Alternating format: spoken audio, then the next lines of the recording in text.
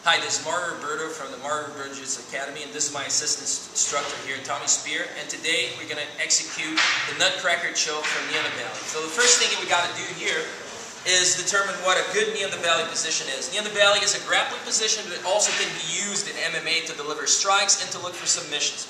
So it normally happens when I transfer myself from side control and I pin this guy down here for a fraction of a second. I push down and I put myself here into this position. So this is knee on the belly. Even though it's called knee on the belly, it doesn't mean my knee is low here on his belly and across his body. Instead, think more of the line in a 45-degree line, like a seat belt, and the tip of my knee is right at the base of his sternum here. My other leg, you can see it's slightly bent. My foot is planted on the ground. If I draw a line here between his shoulders, my foot is going to be on that line. And as soon as I get to this position here, I'm going to have some sort of tie. So maybe head and arm, depends on what I'm looking for. In this choke here, what I will do is let go of the arm. I'm going to sink this arm behind his neck. And at the same time, I need to come down here, make this position tighter, make my body lower, otherwise I'm going to be very unstable. I'm going to clasp my hands, and as you can see, I'm bringing my elbows together. So here, at this point, once my elbows are drawn together, all I got to do is pronate the bottom arm. So I'm going to twist my arm like so. This will bring his head upward towards his chest. Since my arm is there to meet it, it's going to choke him. So here,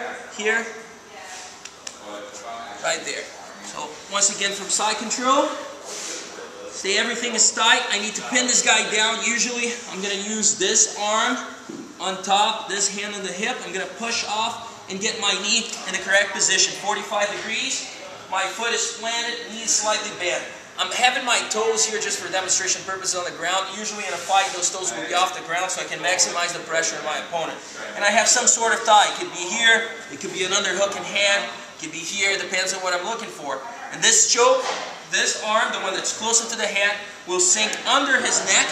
This hand will let go, and I'm going to clasp my hands together and bring my elbows together. Very commonly, you see people doing this here, extending their arms. Brings me higher, I'm more off balance, at the same time I don't have the same amount of power. So bring those elbows tight in together. Now I'm going to move my arms, and I got the choke. Thank you for watching. You can check us out at www.minnesota.mmmanews.com or www.mrjja.com.